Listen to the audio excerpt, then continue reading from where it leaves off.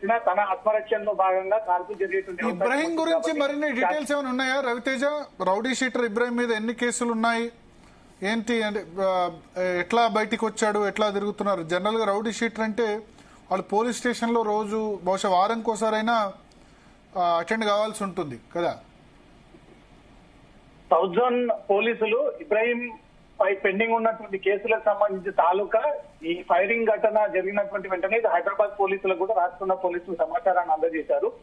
Rowdy sheet ఉన్నటువంటి ఇబ్రాహిం ఇటీవల ఎన్ని కేసుల్లో ఇతను పెండింగ్ లో ఉన్నాడు, ఎన్ని కేసుల్లో యాక్టివ్ గా ఉన్నాడు, ఎన్ని కేసులు అక్విటల్ అయ్యాయి, ఎన్ని కేసులు ఇతని మీద కొట్టివేస్తున్నారు, అసలు ఇతని మీద ఎందుకు మూవ్మెంట్ పెట్టట్లేదు. రౌడీ షీటర్ ప్రతి వారంలో ఒక రోజు పోలీస్ స్టేషన్ కి హాజరయ్యి తన వ్యక్తిగతంగా అక్కడ సమాధానం ఇచ్చి అక్కడ సంతకాన్ని పెట్టాల్సి ఉంటుంది. రౌడీ షీటర్ ఎక్కడ కూడా ఆ పరిధి దాటి, ఆ పోలీస్ స్టేషన్ దాటి, ఆ కమిషనరేట్ దాటి బయటికి వెళ్లకుండా కూడా పోలీసులు ఎప్పటికప్పుడు కౌన్సిలింగ్ ఇస్తా ఉంటుంటారు.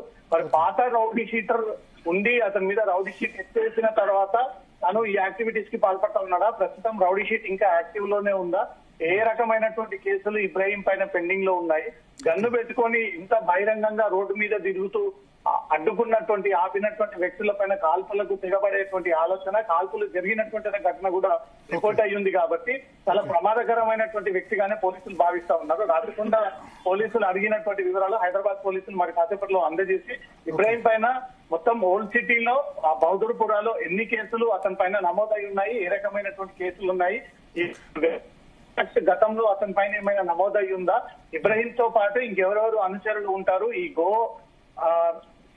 గో ట్రాన్స్పోర్టేషన్ విషయంలో ఏ వాహనాలు ఉపయోగిస్తారు, ఎవరెవరు కలిసి ఆంధ్ర నుంచి తెలంగాణకి గోవులను తరలిస్తా ఉంటారు, ఎప్పటి నుంచి జరుగుతా ఉంది, ఏ స్లాటర్ హౌస్ కి ఈ గోవులను తరలిస్తా ఉంటుంటారు అనే దానిపై కూడా పోలీసులు ఒక పక్క అనాలిసిస్ జరుపుకుంటూ మరో పక్క రిస్క్ తో కూడినటువంటి ఆపరేషన్ ని ఇప్పటికే నాంది పలికినట్టుగా తెలుస్తుంది. 4 స్పెషల్ టీమ్స్ ఇబ్రాహిం కోసం తీవ్రంగా. ఓకే రవితేజ, మీ వాయిస్ కట్ అవుతుంది.